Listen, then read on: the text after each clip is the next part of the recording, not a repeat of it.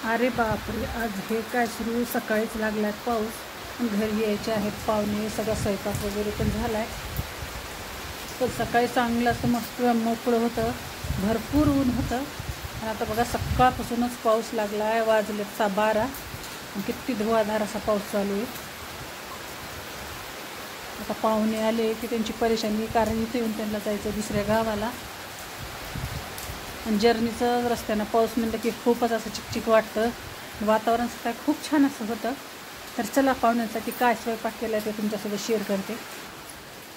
तर चला, आलेली मध्ये आणि लाईटी वगैरे सगळ्या बंद करून ठेवल्या. सगळं काम बी माझं आवरले, जसं की बेडरूम वगैरे सगळं साफसूफ करून घेतले. हे बघा.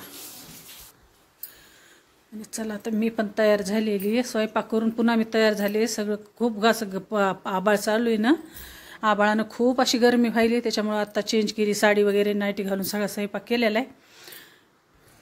तर चला, आता स्वयंपाक घरामध्ये सगळे जे रूम वगैरे सगळे आहेत ते सगळं आवरणं झालं आहे माझं. हे बघा. चला, तर लाईट लावून घेतला आहे मी.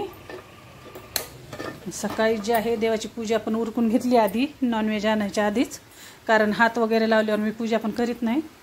तर चला, पाहुण्यासाठी काय स्वयंपाक केला आहे ते तुमच्यासोबत शेअर करते. तर हे बघा, मिस्टरांनी मस्त आणले असं गावरान कोंबडं. तर मस्त सूपचं, काळ्या चटणीचं मस्त झणझणीत असं बनवले. आणि थोडंसं मिस्टरांसाठी सपक, आणि इथं बनवले मस्त असं सुक्कं. चला, झालाय स्वयंपाक माझा. इकडं बनवलाय मस्त भात, आणि इकडं मस्त टाकल्या तशा लुसलुशीत चपात्या.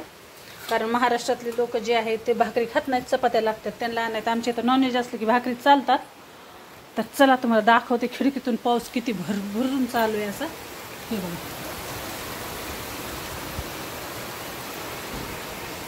मस्त सकाळचं जेवायला सगळेजण तुम्ही पण या.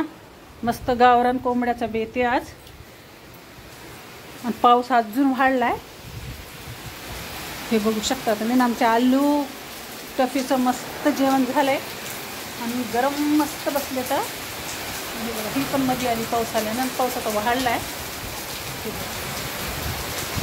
अजून पावसाळा तर लांबच राहिलाय, पण पाऊस असा भरपूर सुरू झालाय. बघा,